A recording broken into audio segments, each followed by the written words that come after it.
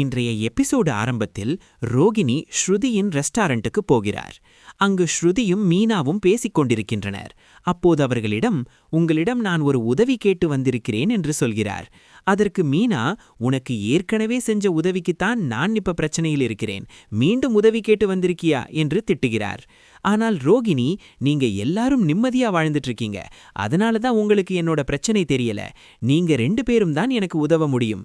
நான் எப்படியாவது மனோஜ் கூட மீண்டும் வாழ வேண்டும். அதற்கு நீங்கள் எனக்கு ஹெல்ப் பண்ணணும் என்று சொல்ல, அதற்கு மீனா, நீ பண்ணின வேலைக்கு உனக்கு உதவி பண்ணி மறுபடியும் எனக்கு கெட்ட பெயர் கிடைக்கணுமா என்று கேட்கிறார்.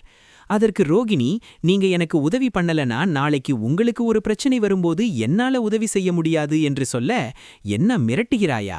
இதுக்கெல்லாம் நாங்க பயப்பட மாட்டோம், தயவு செய்து இங்கிருந்து கிளம்பு என்று திட்டி அனுப்புகிறார். மறுபக்கத்தில் அண்ணாமலை வீட்டிற்கு அவருடைய அம்மா வந்திருக்கிறார்.